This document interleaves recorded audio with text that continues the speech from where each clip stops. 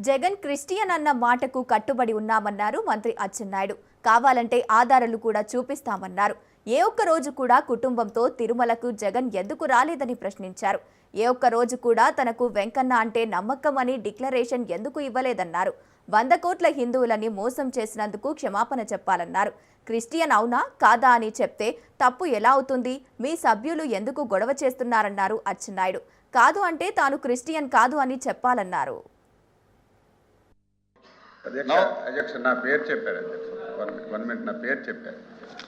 వాస్తవం నేనే సీక్రెట్ కాదు కదా, శాసన మండలిలో చెప్పాను. అధ్యక్ష నిన్ననే నేను తమరు చెప్పాను, మీరు అయిపోయింది, మళ్ళీ లేవనెత్తారు. ఈరోజు ఏదో సోషల్ మీడియా గురించి మాట్లాడుతున్నారు. అధ్యక్ష పెట్టడం వాళ్ళే, మళ్ళీ ప్రస్తావించడం వాళ్ళే. అధ్యక్ష అధ్యక్ష అధ్యక్ష అధ్యక్ష అధ్యక్ష అధ్యక్ష అధ్యక్ష ప్రస్తావించారు కాబట్టి అధ్యక్ష నిన్న నేను ఫ్లోర్ ఆఫ్ ది హౌస్ నేను ఏ మతాన్ని కించపరచలేదు, ఏ కులాన్ని కించపరచలేదు, ఏ దేవుణ్ణి కించపరచలేదు. ఎవరి అభిప్రాయాలు వారికి ఉంటాయి. కానీ నేను వెంకటేశ్వర స్వామిని భక్తుణ్ణి, నా వెంకటేశ్వర స్వామికి అపవిత్రం జరుగుతుందని సందర్భంలో నేను మాట్లాడన్నాను. అది అయిపోయాను. ఇంకోటి అధ్యక్ష అదే మాట మీ అధ్యక్షుడికి కూడా అన్నాను.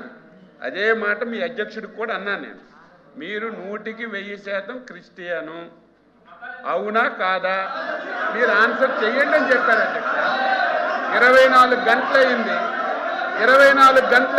ఎందుకు చెప్పలేదు? 24 గంటలైంది అధ్యక్ష, ఎందుకు చెప్పలేదు? నేనని 24 గంటలైంది. క్రిస్టియన్ కాకపోతే ఎందుకు చెప్పలేదు? నేను ఆ రోజు ఈ రోజు చెప్తున్నాను.